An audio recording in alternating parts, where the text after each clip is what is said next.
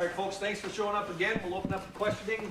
Front row left, Dave Biddle, 24/7 Sports. Hi, Ryan. I know you said after the game you weren't sure about the severity of Mayan's injury. How much can you tell us about that? Is it serious? Is it long term? So I think what we got to do is stick to the policy with the injuries. We've kind of gotten loose with that, and that's my fault. I think we got to go back to the availability report. That we we kind of built our policy last year, and so it's because once I start going down the road with one person, then it goes to somebody else, and I just think that it's the right thing to do to protect the players. That being said, on Saturday, that was a very strange thing that happened. He was over by the sideline, and when he got to the sideline, the chain screw didn't drop the chains.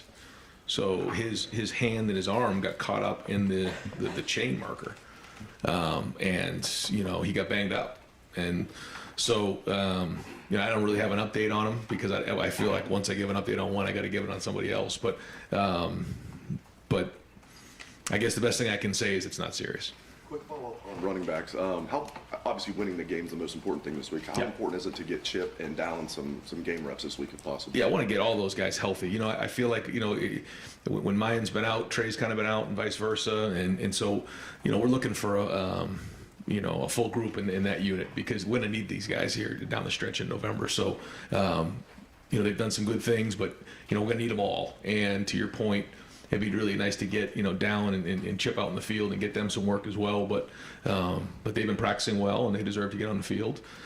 But I'm looking forward to having all those guys ready to roll for us. Brian, can I interrupt you real quick just to follow up on that? Are they supposed to drop the chains there? Was there something that didn't happen correctly with the chain gang? Yeah. Anytime somebody goes over there, they're there to drop the chain. So and they put mine in a tough spot there. Yeah. Over here to the right, Dom Sperry, WBNS, 10 TV. Coach, the first playoff ranking comes out tonight. Will you watch it? Do you think the Buckeyes should be in the top four? I will not watch it. I'll be at practice, and if I'm not at practice, we'll be watching the film, getting ready for Northwestern. Do I think we deserve to be in the top four? Absolutely. Do I think it matters all that much right now? No. What matters is beating Northwestern. Deep right, Jeremy Birmingham, Rivals. Ryan, forgive me if I stumble through this, I'm trying to word it correctly, but how much during the course of a game like Saturday do you, as far as play calling goes, have to measure what you need to do to win the game that you're in versus what you want to accomplish and be ready for potentially bigger games and season goals later? Yeah, when you go to Penn State, the number one goal is to win the game. That's it, period. And very impressed with just how well we took care of the ball in that game. When you win the turnover battle 4-0 in a game like that, your chances of winning schematically go through the roof, and that's our plan to win. And when you're in those matchup games, we focus on three things. One, play great defense. How do you play great defense? You run the football and stop the run. Two, the turnover battle. And three is scoring touchdowns in the red zone. Four is special teams and winning the special teams battle. So there were some areas I thought we did a really good job of. Some other ones that we got to clean up. But no, when you take care of the ball the way we did and then turned it on in the fourth quarter, I thought that was excellent. There's some things certainly we want to clean up and do better. Absolutely. And at the end of the day, it comes down to execution. And we've got to do a better job of that. And, we know that if we want to get to where we need to go in terms of our goals, then we'll have to keep building on that. But again, like you said, I think you have to measure, when you're in a game like that, the amount of risk. You can say, well, throw it every down, and then the ball gets tipped, and all it takes is a couple turnovers, and as you can see, what happens. So, when it's time to put the pedal to the metal like we did, I thought we did a great job of that, and so we just keep growing and keep building. Fifth row right, Spencer Holbrook, Letterman row. Ryan, along those same lines, I think you guys were 100% run and pistol and under centered. How do you balance doing what you guys do and doing it well versus making sure that you're not showing too many tendencies or tipping your hand? Well, I think when we were in the pistol, we were in the pistol 5 times, and 4 out of those 5 were efficient runs. So we were efficient 80% of the time in pistol runs. So I think the question probably is, why don't we run the ball more in the pistol? Third row, right, Cameron Teague Robinson, the athletic. Brian, kind of off that, it looked like you guys ran the ball pretty well in the second half, even taking away Trayvon's big run, I mean, Mitch had to get burned at the end. You guys were a little bit more successful then. Was there something that changed in that second half compared to that first half? I think we got into the rhythm of the game. I think anytime you're in a game like that, there's a feeling of you want to wear the opponent down, and I think we got that going, and I think we got some tempo going, and I think you felt that a little bit in that game, you know. And I kind of felt that the week before too in the Iowa game. You know, it was those. Listen, these are good Big Ten defenses that make you work and challenge you and stop the run, and you know, we're not all of a sudden just going to go pass happy. We're not doing that. You know, we're going to be balanced, and when it's time to go, we go. But you know, when you're playing with a good defense too, it's a different feel as well. You know, you're in these matchup games, and no, I felt like, you know, in the fourth quarter there, if it kept going, we could have kept going too. You know, it would have been that way. And when you look at the games against Penn State over the years, it's kind of played out that way. You know, where we really, you know, won the game in the fourth quarter. So that was the recipe. That was what we talked about going into the game. We had an idea it would be just like that, and that's the way it turned out. Front row right, Austin Ward, Rivals, 97.1 The Fan. Right. It seems from the outside like your team has done a good job of taking that win the moment mentality and not taking anything for granted. So I know that what the answer is to this really, the next 3 weeks are not the toughest games on your schedule, and you know it's at the fourth week there. Mm-hmm. You have other distractions with playoff and all that stuff coming out now. Like, do you change at all? Are you going to discuss 1 week at a time more? How do you manage this stretch when you know it's not as significant necessarily as November 26th? Yeah, well, I think the first thing is that we've always said it's about us. So why does that change this week? Well, it doesn't matter. Last week going into Penn State, it was about us. It was about our preparation. I think that's the first thing. So if that's the case, then let's just focus on us and getting better. I think the second thing is, you know, you have to continue to do what you're doing and get better every week. If you don't, not only do you show weakness, but you set yourself up for problems down the road. And I think that when you know, you have a problem or you lose a game, maybe it's something you did that week, but maybe it's something you did the weeks leading up to it. So for us, you know, our goals are still our goals, and if we don't maximize every single minute of the day this week, then it doesn't matter. And I mean, listen, you know, it's a Big Ten matchup. It's on the road. You know, Fitz does an unbelievable job. I know maybe they don't have the record that they want to, but we got to go play football, and you know, we want to play at a high level. That's the goal here. So it again really shouldn't matter who we're playing against, and the competitive stamina is exactly what we talked about at the beginning of the season, and we'll continue to reiterate that this week. When you say that it's about us, how do you evaluate a Tuesday to tell you that no matter who you play on Saturday, that's showing? I think it starts with energy. I think it starts with, you know, how guys are running. I think how guys are hitting, the pad level, the juice in practice, and then I think it's the execution. So I mean, if you look at the energy and you look at the execution, you know, at the end of the day, you can kind of check that box. I thought we had good practice last week, and that doesn't need that can't change this week. It doesn't matter. The focus has to be on us. So we'll look at those two things. Fourth row middle, Tony Girdman, Buckeye Hubbard. Ryan, why didn't you run the ball on the pistol more? Seriously, different question, if that's okay. Yeah. Did you look and see any consistent reason for the delay of games? Yeah, the crowd noise certainly was an issue. In the red area, we were trying to check a couple plays, and because of all the communication issues right there, we could have done it a lot faster. One of them early in the game, I checked the play, and I shouldn't have done that early. It was loud, it was crazy, so that's on me. On the false starts down there, which seemed to be more of the issue than it was the delayed game. What was happening was, you know, we were tapping the center once we were ready, and then Luke would give the indicator, and then we'd snap the ball. Well, on both of those plays, the nose guard jumped off sides. Well, Cade Stover's looking down at the ball to see when he's going to, you know, go block the linebacker who's blitzing off the edge in a zero pressure. So he's looking in at the ball, but he's got to go block this guy coming off the edge in a zero pressure in this type of environment. And both times when that guy jumped into the neutral zone, he jumped. Well, quite honestly, I thought that that's a penalty on the defense, but the rule says that only the guys that are directly across from the guy who jumped in the neutral zone have protection. So if they move, then it's offsides. They're in the neutral zone. But if it's somebody that's not lined up adjacent to that guy, it's a false start on the offense. So you can see how that's difficult on Cade. And I do not blame Cade. That's kind of a unique situation, especially when he's off the ball, because we put him in the hip position there. So he's trying to look around, I think Paris or Dewan looking in at the ball in that environment, trying to block this guy over here, and then the guy jumps and he flinches just a little bit. And that's what happened there. So these are the type of things that when you're on the road happen. People say, well, it's a tough environment to play. That's just one example of things that come up, and that's what happened. Right next door, Pat Murphy, 24/7 Sports.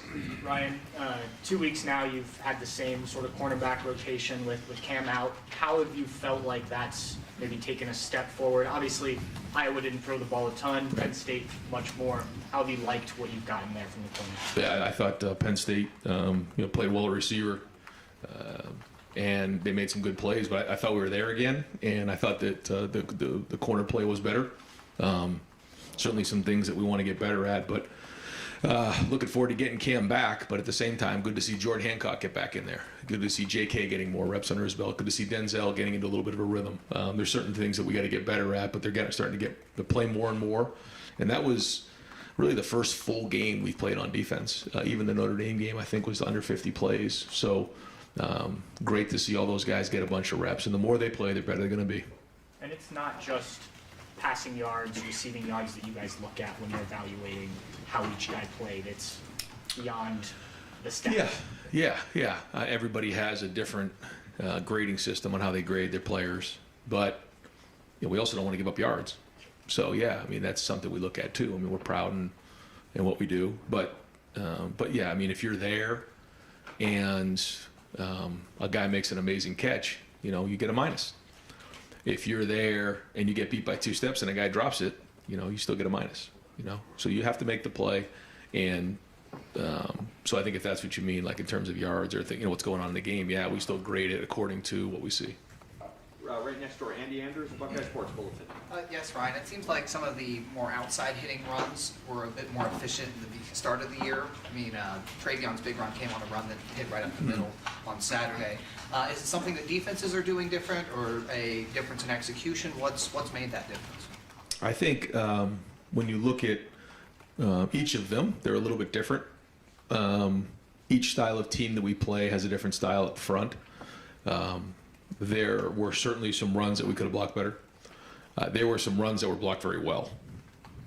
So, we just got to continue to work at it and swing at it and get more efficient at it. But, there's nothing in there that's just glaring like, oh my God, we can't run the ball outside, or we can't block these guys, or, we can't read the hole.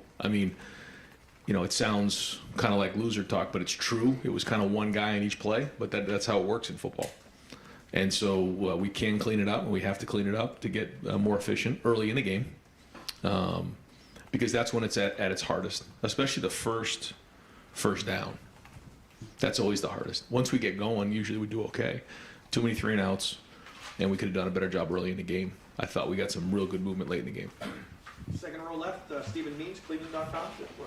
Obviously, you guys have had a lot of success when you guys go tempo, especially that last drive. I think when TJ hits Marvin, hits Mecca, and then you guys scoring that. But you can't do that every time, obviously. What are you gauging when you want to go fast like that versus when you want to slow things down and maybe be more check with me? Well, I think it's a tool. And I think you've seen when we've kind of relied on that all the time, then we get into a situation where short yardage, red zone, different situations, we come up a little dry. When we don't have that, then you can get a little stagnant. So having the ability to change tempos, get in and out of personnels, do those types of things are tools that you need to go win these games. And in that moment, you saw a lot of different things that on offense we did. We were spread out, we were throwing it. We got into big sets when we had to, 4-minute goal line. We had a 3rd down and 1 that we didn't convert that, I still haven't gotten over. But I think you're seeing a little bit of that diversity. And so I think it's the most efficient when you use it as a tool and a change-up, then it's something you do all the time.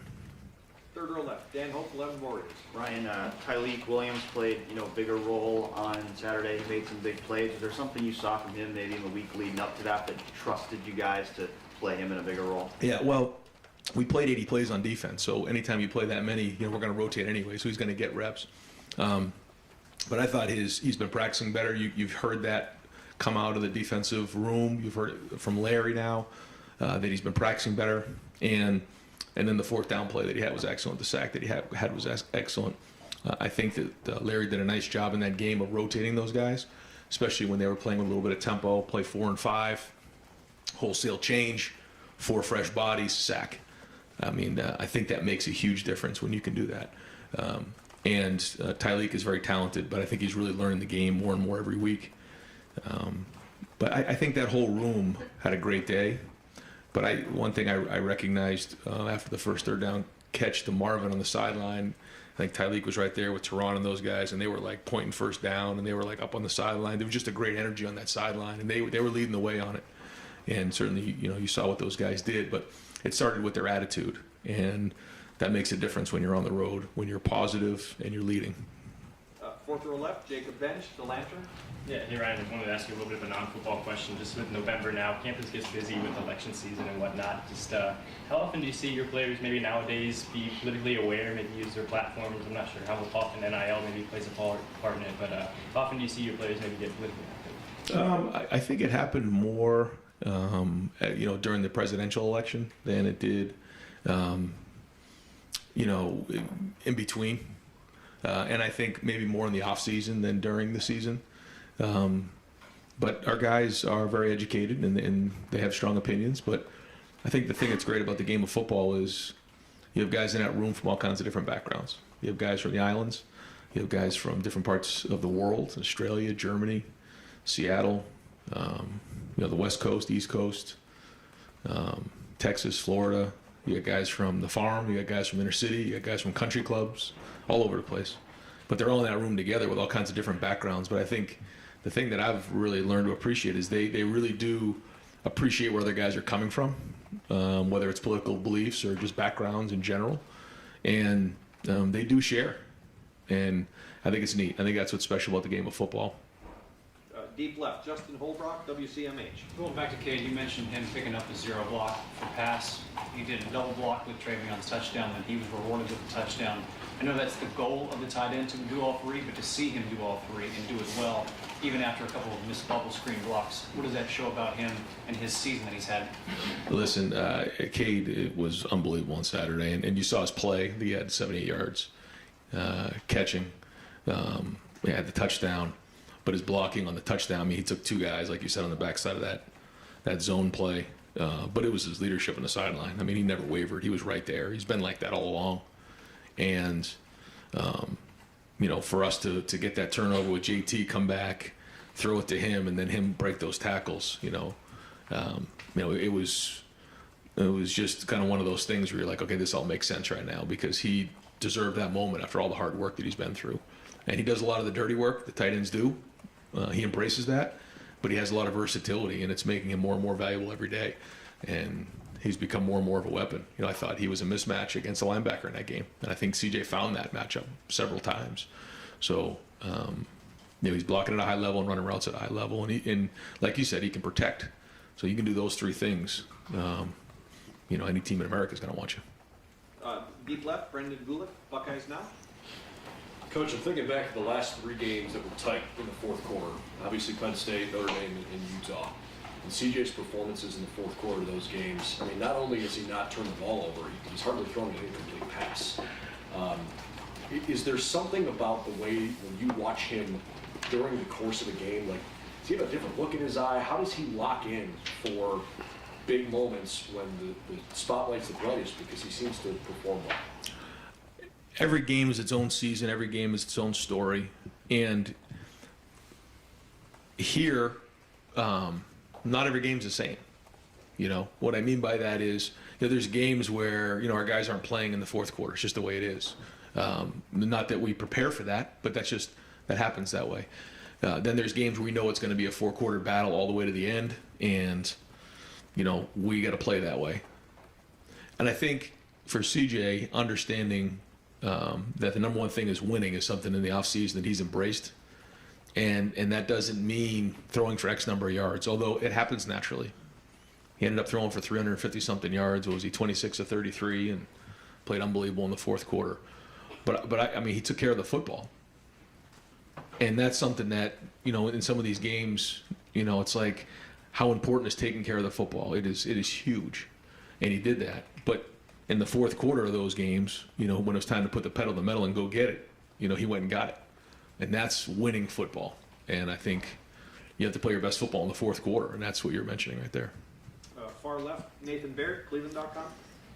When Chip was first repping just a little bit at running back in the preseason, I think he used the term emergency to describe his role as a potential running back then. Obviously, he's been in that room now for a couple of weeks. So where is he now in relation to, if you needed a second running back, where are he and Dallin, and what do you think you can get out of him as a running back? Yeah, he's a running back full-time as of now, and he's learned the offense. So, you know, he was ready to go in the game on Saturday if we needed him. But I think, you know, even after one more week of preparation, he'll be more ready. So, you know, he and Dallin will be prepared to play in the game. Second row left, Steve Hellwagon, 24/7 Sports. Yeah, Coach, I want to ask you about two of the themes you've talked about almost every week: competitive stamina. That game decided well after 3 hours had been played already, you know, in the last 30 minutes that you're out there. And complimentary football, getting those turnovers and punching them in. Did that game reinforce kind of those two themes and just what you preach to your players, I guess? Yeah, and that's what winning football and games like that takes. We can't lose focus on that, because as we get into these games in November, we're going to need all three phases. You know, it doesn't, you know, matter if you get X number of yards or hold them to X number of yards. What matters is that you win the game. And what does it take to win the game? And we talked about the plan to win, and that's our focus. But yeah, the competitive stamina part of it is something that, you know, we can't take the pedal off the metal, and we got to roll, and we got to get better every week, and we got to embrace every single week that way. And every once in a while, you just got to remind our guys and remind everybody in the building of what's at stake, and what happens when you don't, you know, show up on Saturday. And these guys, I say it all the time, are still 18, 19, 20, 21-year-old guys. Some of them are 22, I guess. Maybe there's a 23 mixed in. But that's just the way, you know, we have to go. And you have to remind yourself every now and again, because this is the most competitive environment there is in the world. And every time you're on that field, they're trying to take you out and take what's yours. So you have to approach every day that way. And so, yeah, I think that's a big part of it. And then, like you said, the complementary football, we need all three phases.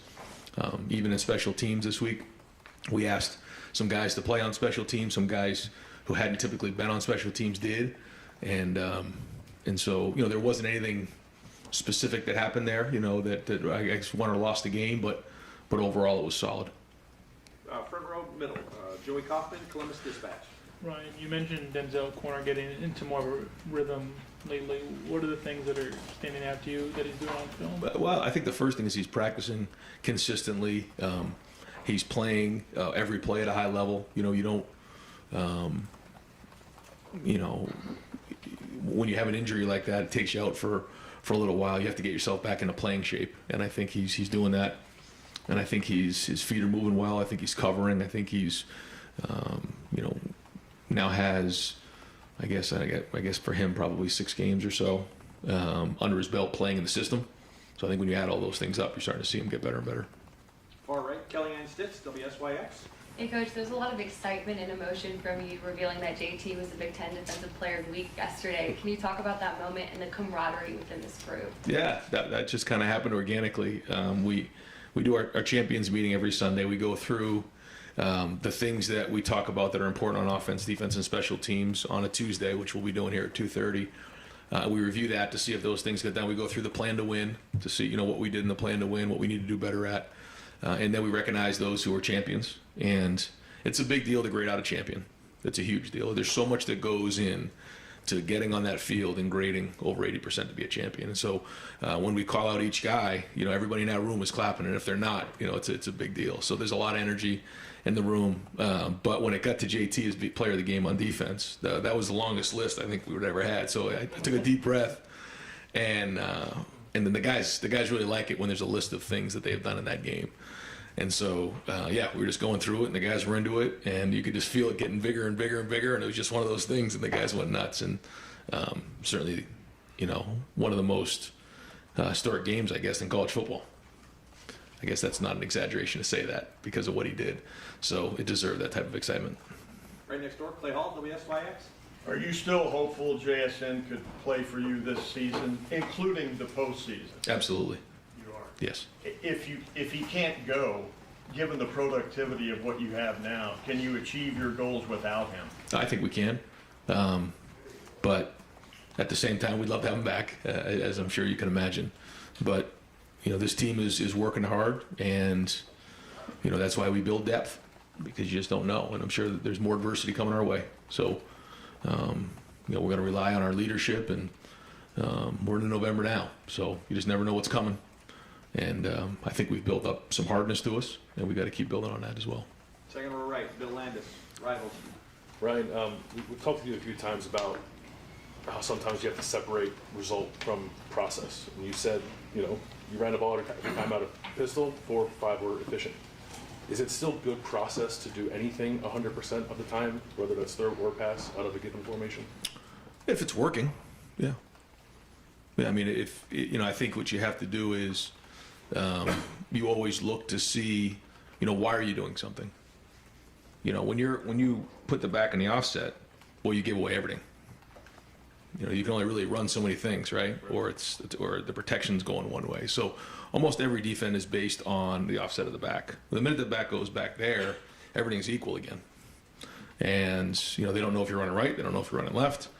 Now they can play a little more downhill, but then as you can see in the Iowa game, we lined up back there. We got a huge touchdown play because he was back there, and they thought it was a run. But now, if you're looking at the numbers and you say, well, every time you're in a certain formation, you're not getting anything out of it, yeah, move on.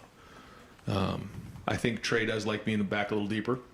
I think that gives us something, and it forces defenses to play more honest. The runs hit a little harder downhill. So we take all those types of things into consideration. I don't think the concern about that maybe the fan base has is why do you get in a pistol? I think it makes sense, everything you just explained. I think it's more, why don't you, there was no play action pass out of pistol. I know, but if you're 4 out of 5 efficient, then what's the problem? Well, I think half of your plays under center were negative or 0 runs. No, one of them was. From under center? Oh, no, the one from under center was very well blocked, and it was a really clean play. So that's not the reason why, is because we line up in the pistol that teams are ganging up on one way or the other. So I don't quite understand any of that. So the inefficiencies running the ball the last 2 weeks, how much of that, you wouldn't attribute any of that to perhaps tipping your hand by formation No. in terms of your play call? No, not at all. Okay. Right next door, Doug Lesmerises, Cleveland.com. Ryan, when you're going on the road to a stadium where there is a shared tunnel, do you have... I just said, you got to go, now I'm going to go down a bad road here. Do you have We've got a few more weeks. any concerns about that going in, and do you have any preparation to try to avoid any potential problems in the tunnel? Yeah, I'm not going to go down that road. I'm not going to comment on that. It's not something you think about? Yeah, we try to plan ahead to make sure there's no issues. Yeah. Here, separate tunnels. Do you like this setup at Ohio Stadium? But you guys do sometimes, right? You got the cross on the field to the opposite tunnel. Do you have ever concerns or preparations for, hey, let's make sure there's not anything in the crossover of the two teams? Yeah, we try to do the best we can to make sure there's no problems, yeah. Is that, I mean, obviously, it's their thing, you don't want to get involved, I understand that, but, it's not great for college football when you have stuff like that. Sometimes there are logistical things that the logistics can contribute to situations sometimes that you didn't build the stadium, but you have to deal with the results of it, right? I mean, it is something, it must be it crosses your mind at times to prepare for every contingency. Yes. I get it. I just don't want to go there. No, I understand. No, it's a little hot right now. No, yeah, they're good questions though. Front row middle, Bill Rabinowitz, Columbus Dispatch. It's really tempting to follow up on that. I will.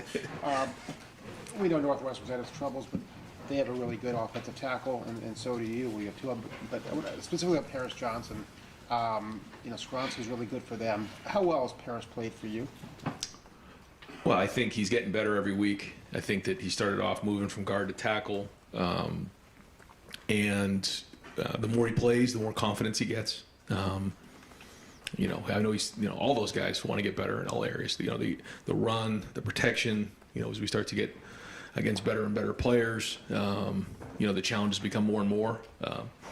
And then, playing that way for 4 quarters, I thought that he played well in the fourth quarter. Looking back, I thought that the protection was excellent, especially in the fourth quarter. That first drive that CJ hit Marvin on the big dig there, like at 15 to 18. I mean, they had a lot of time right there, and that's a long time to hold blocks. And Paris is a big part of that. So I think he's getting better. He's nowhere near where he wants to be, but the more game reps he plays, the more comfortable he's getting. Picking up a stack this year? I don't know. And final questions, front row right, Tim May, Letterman row on 3. Yeah, by the way, did you ever get caught in the Sumner Tunnel on your way to Logan? What's that? Did you ever get caught in the Sumner Tunnel on your way to Logan? Absolutely. Running late? Yeah. Yes, oh yeah. Yeah, so you know the tunnel. Is there a calm and a clarity and maybe even an enhanced accuracy with CJ, with the game on the line in these third and fourth quarters? It seemed like it was that case again on Saturday. I mean, there's something to call a play, but to throw strikes like he did on that, like 3rd and 10 and then the Mecca. And I mean, what have you noticed about him that's special, and it doesn't even hit you in the moment that this guy has stepped up a notch? I don't know how else to say it other than, like you said, he's got that look and he's got a feel. And in that moment, he had it in that game. I don't think, he's done anything extraordinary, but that's something that I studied for a long time a few years ago. Is like, when they say guys are playing clutch, they're not all of a sudden playing better than their best. They're just being, you think about Michael Jordan, LeBron James, Reggie Jackson, the whole Roy Hobbs myth and all that stuff. It was people all of a sudden just don't do superhuman things in those moments. What they do is they go back to their level of training, and I think that's what he's done. He just sticks with his reads. He keeps it simple, but that moment doesn't get too much for him. He's able to stay even keeled, and he doesn't press. But at the same time, he knows what's on the line, and I think he likes saying, "Hey, jump on my back, I got this," and you feel that. It's like in those moments, you just get out of the way and let him go play. All right, play the second round has started now. Let me ask one quickie. Cade Stover, when you were sitting there in June, did you see this coming? I mean... Well, this started back a couple years ago when he and I both sat down and shared my thoughts on what I saw. I don't know if he believed it or didn't believe it, but then he jumped in with 2 feet, and we knew it was going to be a couple-year investment. It's the same thing that G. Scott's going through right now. Joe Royer's going through right now, all the tight ends. And then there was a point where he wanted to have more of an impact on the team. So he wanted to go play linebacker in the Rose Bowl because he felt like that's his mentality. Did that. And I thought he brought a level of an edge to that whole bowl practice because he was there. And then he had to embrace doing that same thing on the offensive side. Because on defense, you just feel like you can be a little bit more of, your inner self over there. But he then took that approach to offense, and now you're seeing what he can do. He was a very good basketball player in high school, very good athlete, tough. And now all the time he put in is now paying off, and you're seeing the best version of Cade. And it's did I know he would be like this? No, but I didn't have any expectations either. But I knew what he could be, and he's a special player. Coach, thank you very much. Thanks, guys. Thank you, Ryan. It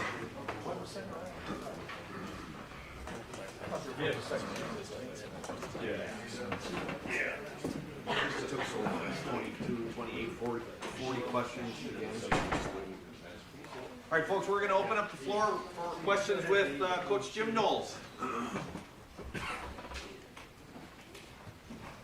You got about 15 minutes here. Second row left, Stephen Means, Cleveland.com. Defensive touchdowns are never a bad thing, but it also means you've got to go right back on the field. How do you quickly kind of transition on to the next series of plays when those types of things happen? You've always had this mindset, Yeah, I mean, get the ball back to offense. You can feel it. I mean, I know when I'm calling plays or communicating downstairs, you feel like that rush and then a dropout, and it's just like I always talk about. It's just habits, they have to remember that defense is right now proposition. You got to go out and stop them. It doesn't matter what happened the play before, but it is something that you have all your coaches kind of in their ear, trying to get them to re-energize, and I think it's just human nature that it's hard to do. Right behind him, Dan Hope, 11 Warriors. And we saw Tyleek play a bigger role in this past week's game. Just what do you maybe see from him leading up to that game that enabled him to have his biggest game? He's got really freakish athletic ability for his size. So with Tyleek, it's been just about developing consistency in practice, so that he earns those reps and those opportunities. He's been doing that more and more in practice, and I always knew he had the ability. Second row right, Bill Landis, Rivals. Jim, you've talked before about, I guess, your tolerance for how many big plays you want to give up in a game, and I can't recall how many you gave up against Penn State. Too many.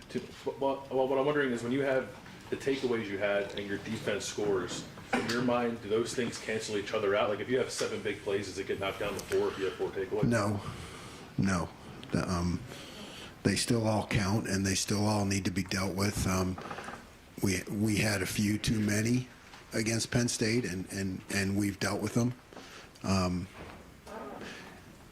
It's never okay, but I guess you can build the positive out of it when it happens, and you're doing a lot of good other things, and you win the game. You can take it and show why it happened and how we can fix it. But it doesn't even it out.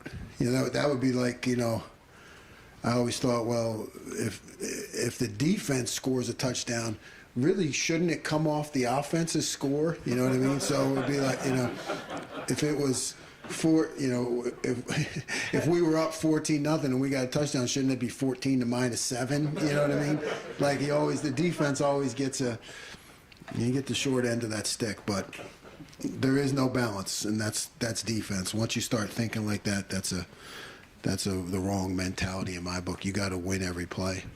Fourth row right, Cameron Keith Robinson, The Athletic.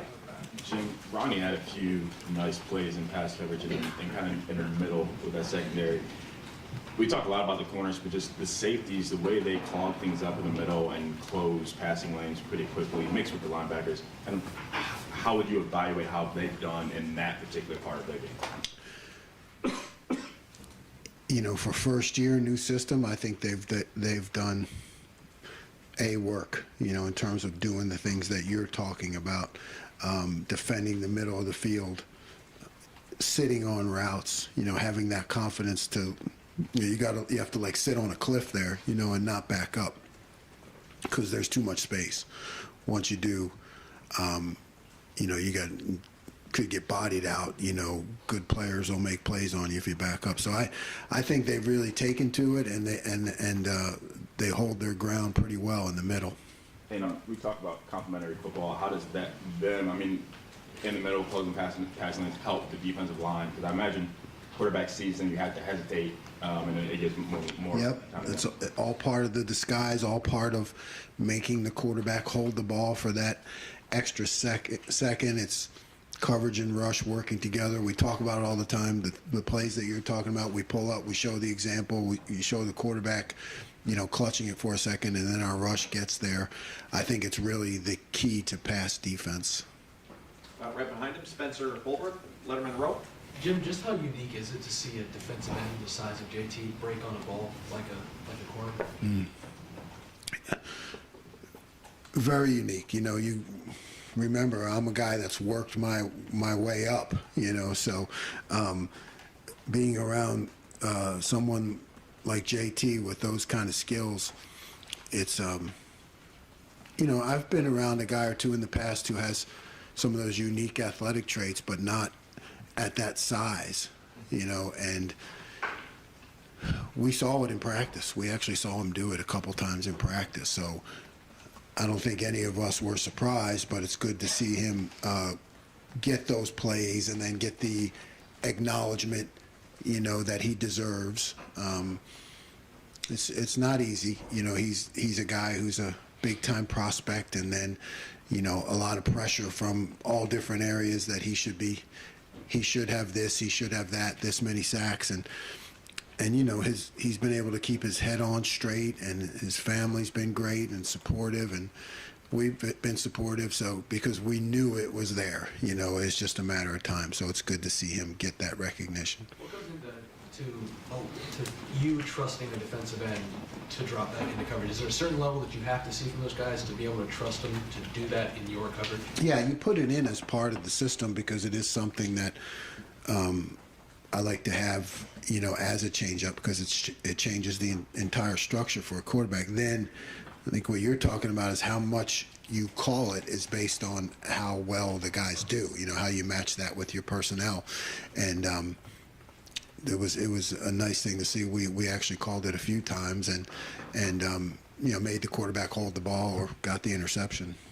For right, Clay Hall, WSYX. Is that the best performance by a DN you've ever seen? How do you describe what he did Saturday to others?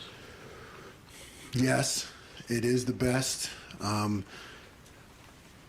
It's not describable, I guess, in just dominating every phase of the game, you know, playing like a linebacker in terms of his ball skills, and then the rush and the strip and the, you know, the eye-hand coordination. I mean, that is something that is different, and you just don't see it, and he's a guy who has it. From our right, Austin Ward, Rivals. Jim, I'm sure there's an element of maybe easing or building the workload up for Jordan Hancock over the last couple of weeks. From what you've seen as he's got back maybe to closer to full health, what tells you he might be able to do more for you down the stretch? Yeah, the film, I mean, and you're right, it is a process. You know, I think I haven't been a baseball coach, but it is like a pitcher. You know, that's why they call it a pitch count, I guess, because, you know, a guy can taper off as the game goes on if he hasn't built up that stamina. So, you know, we're gradually increasing him and looking for more reps from him this week. Right next door, Tim May, Letterman Row, Yeah. 3. Yeah, I'm not trying to sit and ask a question, make it a feel-good question kind of thing, but I wanted to ask you this. When you have two players who end up on a guy and he makes the catch and he curls away from both of them, the call there looks pretty sound about, you know, not letting this guy get out of the gate, but he went anyway. And then, of course, Tommy, you know, the guy runs through his tackle attempt in the backfield. I think it was on that 4th and goal play. So he was in position. So where do you go from there to, you know what I mean, to make sure they make the play the next time? You do break it down in detail.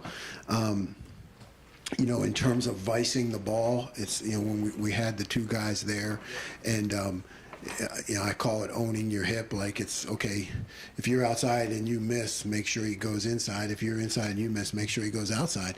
And that is not something you just, like, you don't come back that week and say, you know, oh, we need to start working on vice tackle, because we actually call that a drill, vice tackle. You know, I mean, it is a defensive fundamental. Now, and we've had plenty of good ones, but when it goes wrong, you can say, okay, guys, here's vice tackle. This is why we do that drill.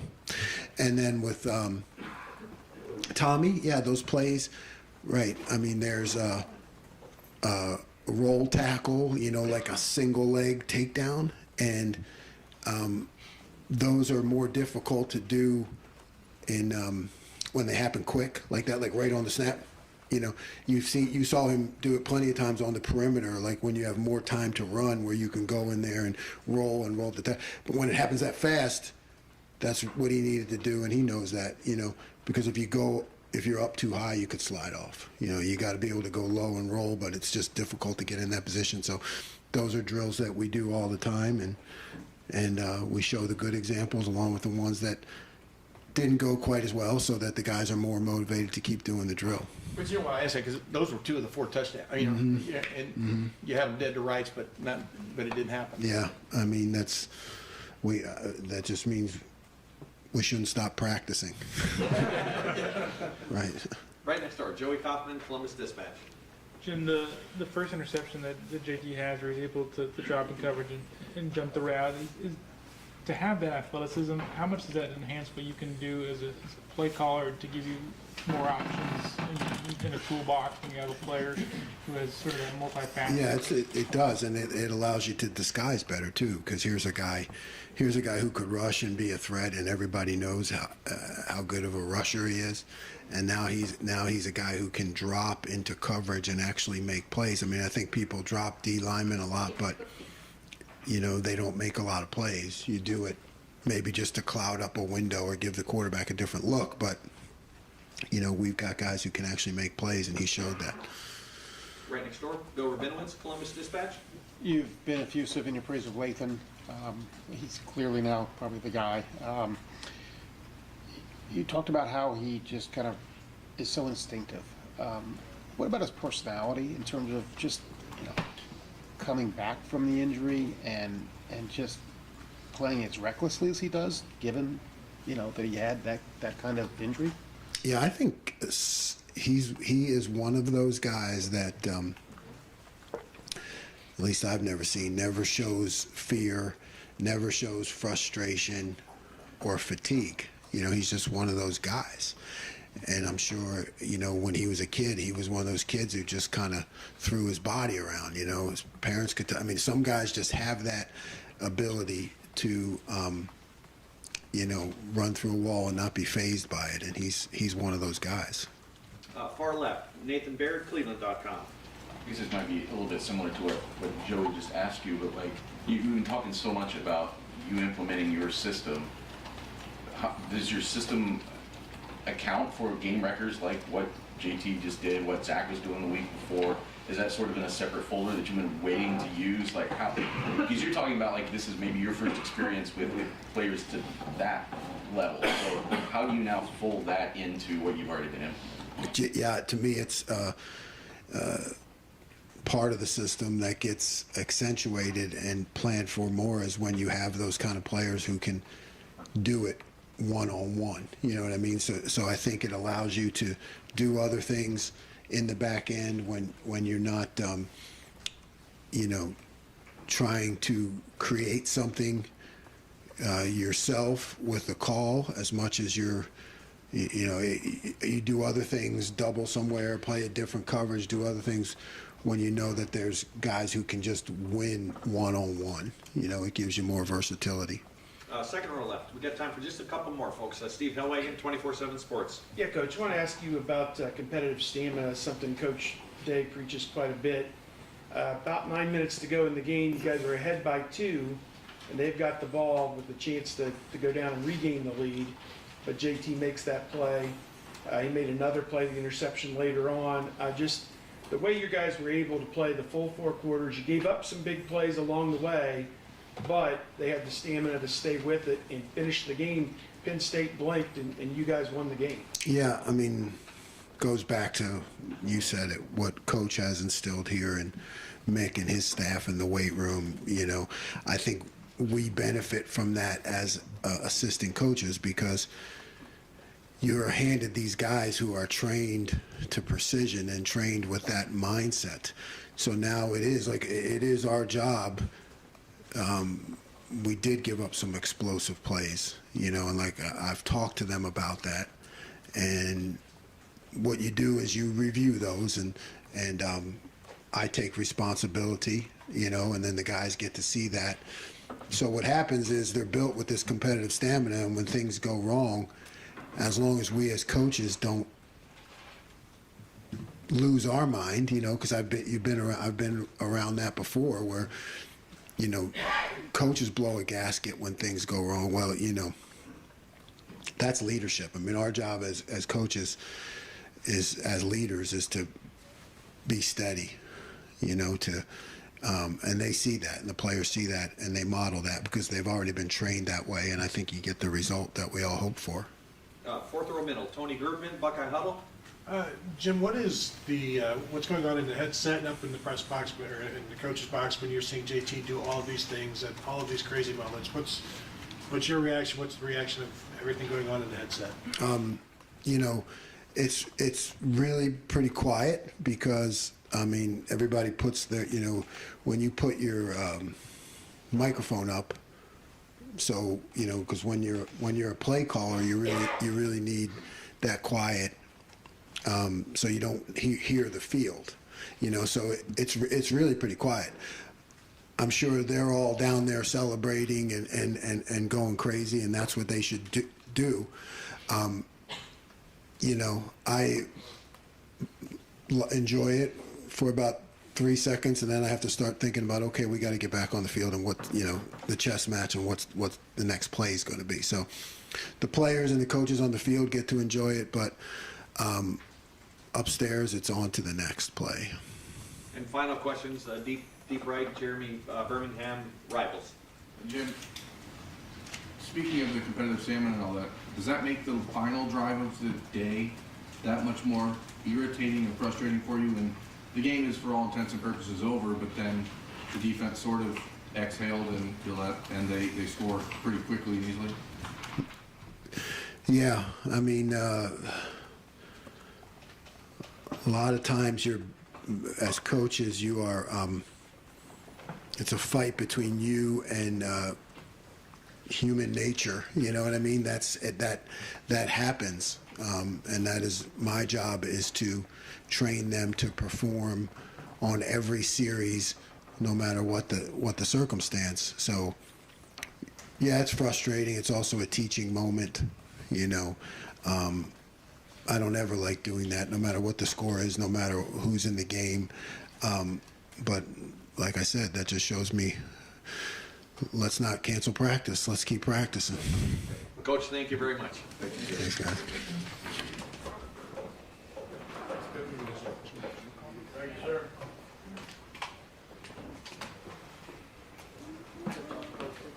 What's that?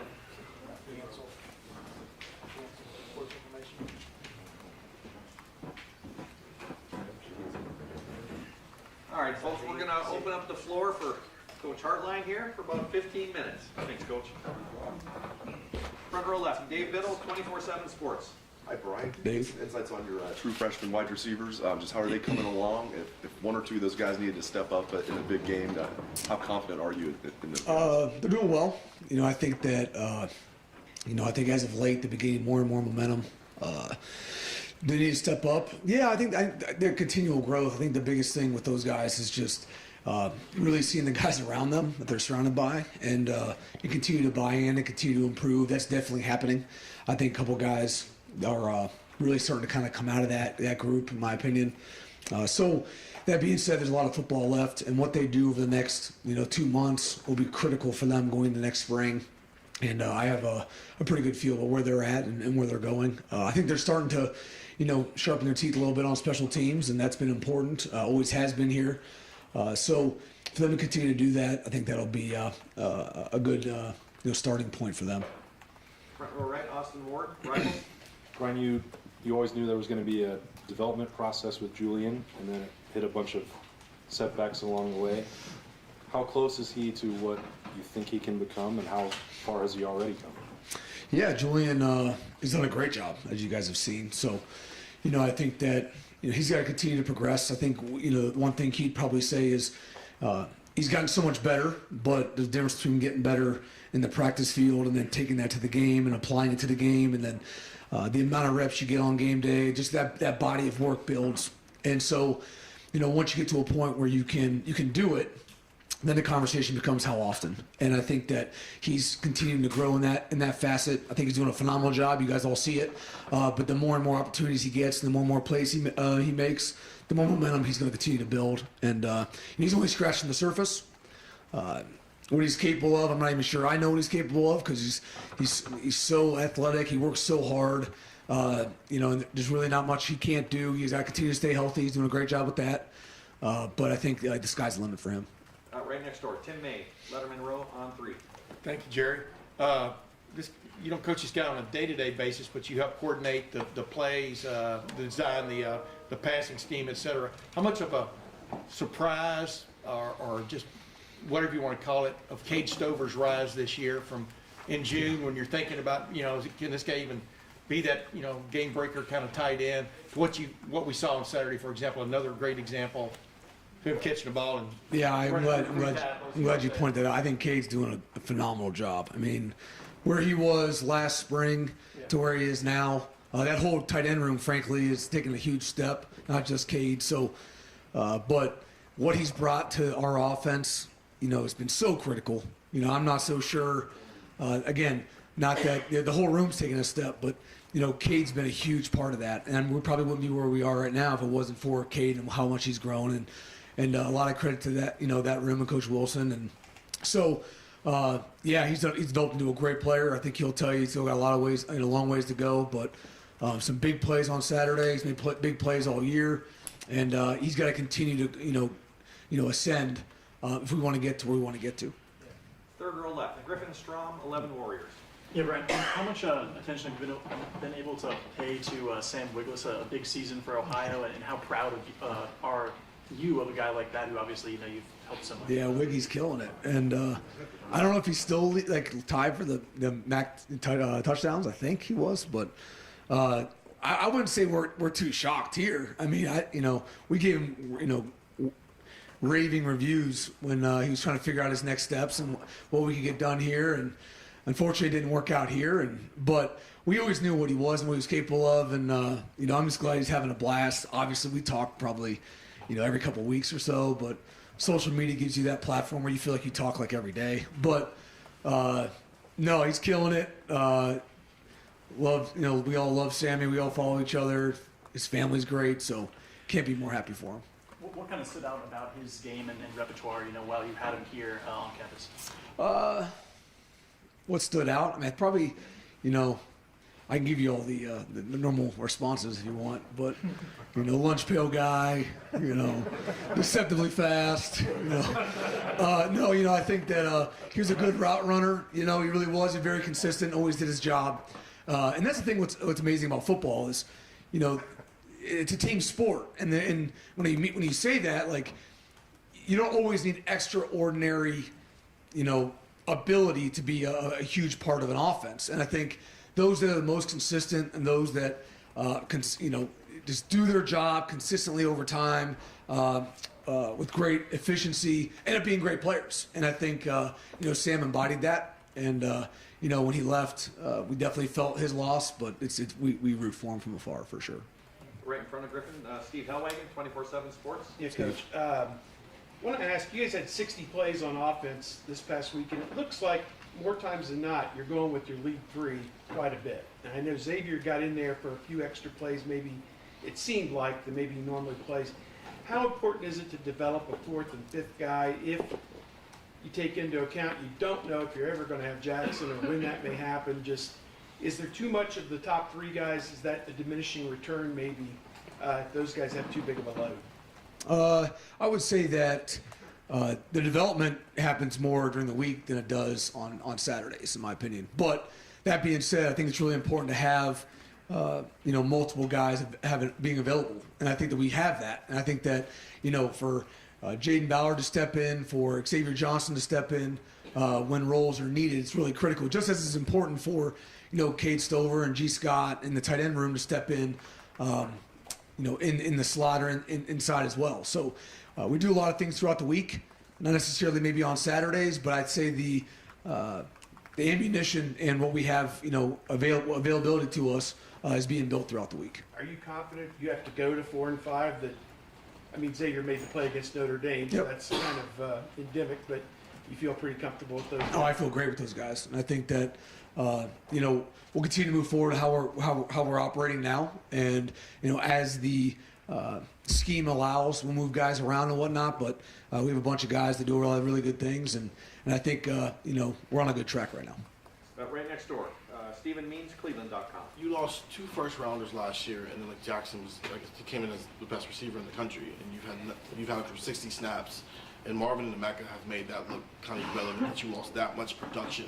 I know you're not going to sit here and praise him because that's not the type of guy, but what have you liked and what have you not liked about the way those two have stepped up into these roles and emerged the way they have? I think it's a lot to like. I would say that, they hold themselves to a standard that's higher than we probably try to hold them to. And for them, they would probably tell you that they expected nothing different.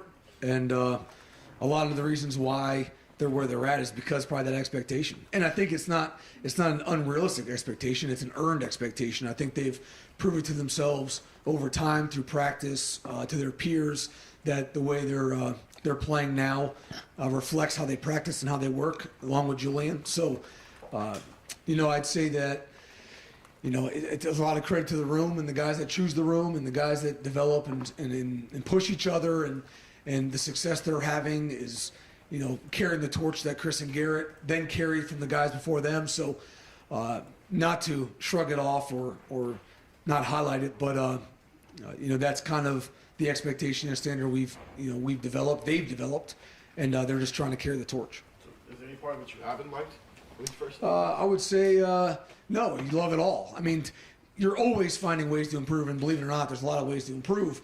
But to say you don't like it, I mean, that's not really the take I would have. It was just things we have to improve on, and then like we said with Julian, it's you've done it now. Now, how often? And when the big moments come, are you going to do it then? And so we're always not tricking ourselves, but convincing ourselves that's that moment right now, and we're trying to replicate that in practice. Front row, Bill Rabinowitz, Columbus Dispatch. Brian, did you pull a hamstring on that run chasing? No, believe it or not, I got a slight cramp, but no, I was good. Well, speaking of hamstrings, how is Jackson doing? Not just physically, but mentally. I know how much he wants to be out there. Yeah, he's beating himself up a little bit. He's been better this week. I'll say that. I think I could echo what he's saying on, if he was here standing in front, he wants to play it in the worst way, and he's frustrated. That being said, he's done a great job not being a distraction and picking the guys up and staying locked in and FaceTiming before the game on Saturday. Like, all those things have been awesome. And but I know as a competitor he's frustrated and he wants to get back. But I think overall, he's doing okay. What's your level of confidence he'll be back by, let's say, when it really matters? Huge level of confidence. Second row right, Bill Landis, Rivals. Brian, on a couple of the conversions that Marvin had on those slants, it looked like he and CJ kind of adjusted the route depending on the leverage of the corner.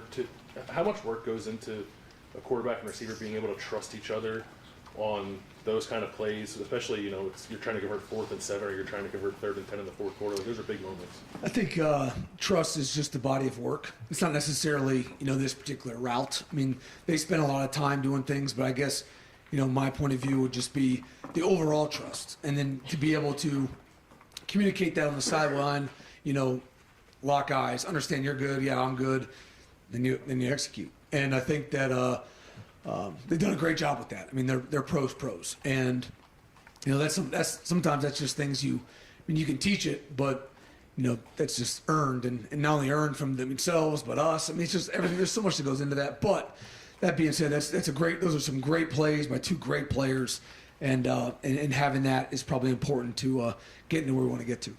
5th row right, Spencer Holbrook. Letterman row. Letterman row. Thank you. There we go. Brian, you played in the NFL for a long time. You played it here with a guy who played for the Colts in the NFL. When you watch Marv work the way he does in this building, do you see that level of work ethic and approach that it takes to get to that level? Because it seems like, to us, we keep asking about his work ethic, and it seems very professional, but you are the one who actually did it. Do you see that? Yeah, I mean, just call it what it is. It's beyond professional. I mean, there's a lot of professionals that never worked like him. And frankly, there's a lot of guys in our room that works better than pros do. I mean, that's just is what it is. But, I think that the goal isn't always just getting there. It's staying there and playing for a long time, and everything these guys embody are giving themselves the best chance. And that's what it comes down to. I mean, there's levels to goals, and I think our guys across the board have different levels to goals than we even talk about. I mean, the NFL, is awesome and all, but they're first focused on their team. They're first focused on making the play when it shows up. Then maybe it's the NFL, and then it's lasting in the NFL for a long time. So, the pro comparison is good, but these guys have overachieved that from a work ethic standpoint. So that's, in my mind, nominal. You had Chris for young guys to watch for a long time. Now you go to Marv for these young guys to watch.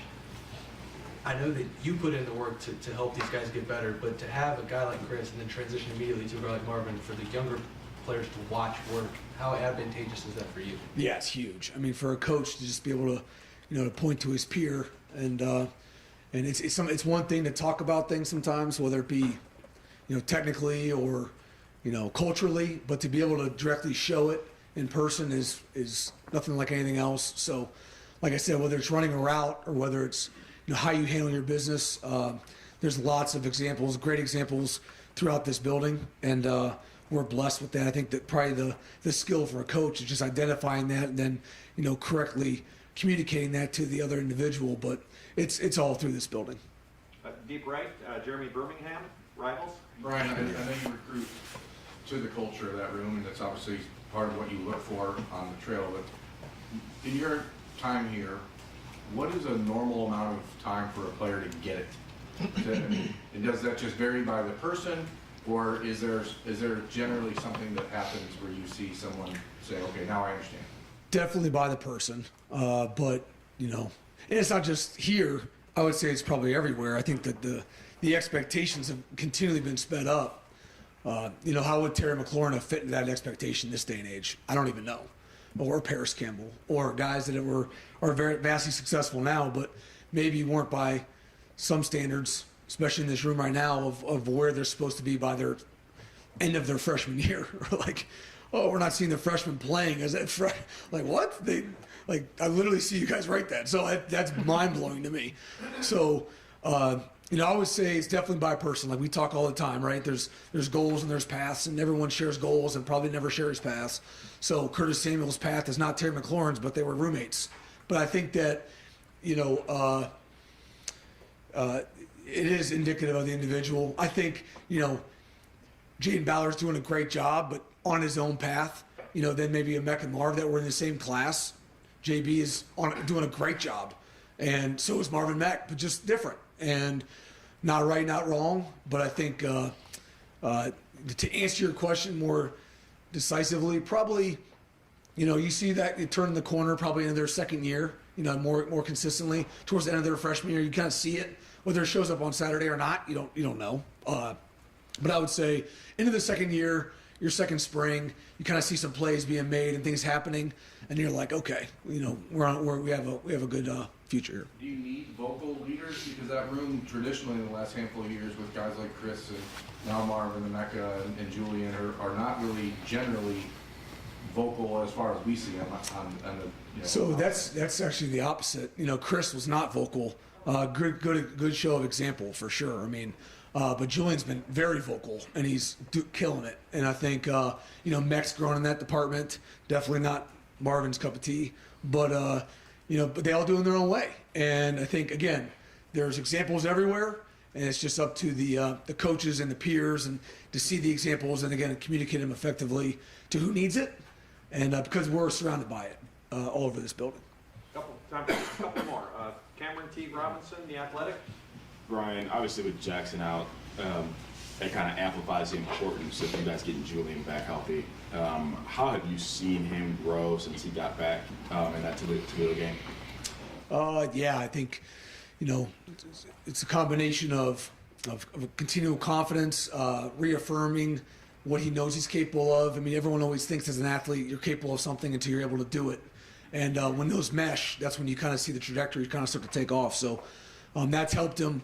I think being able to just operate healthy, I mean, that's, I'm sure you guys play some golf, go out there and swing a club when your back's sore. These guys out here playing football, against some of the best players in the country, and we expect them, to feel great and play great, but, things hurt. So, he's doing a great job with that, making huge plays, maximizing opportunities. I don't know if anyone's done it better, and so, yeah, I mean, I think the future is bright, and everyone in this room kind of sees that, and he's been a huge part of what we've done so far this year. And final question, front row right, Joey Kaufman, Columbus Dispatch. Brian, the receivers here none of them really dropped very many passes, and I'm sure that's very fundamental for a receiver. But I think the stats show that maybe they've dropped 5 all year, which is again really low. What are the factors that go into that? How much is that emphasized? How much is that taught? Is that just innate ability? Just curious what kind of leads to that. I think it's a lot of credit to the way we practice, and not just as receivers, but as a team. We have such a heightened importance on each snap. It best reflects a game, and I think that it's not always the ability on Saturday to make plays. It's just being able to train in that environment, so that when you're in there on Saturday, it feels the same as practice, right? I mean, that's the age-old trick, making every rep so important that if I can convince myself like this is the rep that wins the game, how would my approach be to that rep? Well, if you have that approach in the game, good outcome, right? So it's just that constant mental, exercise. I think we do a good job of it. I think the coaches do a good job of it. I think the players do a great job of it. So when they're getting reps in practice, there really are game reps, and we say that a lot. There's mental reps, there's physical, there's game reps.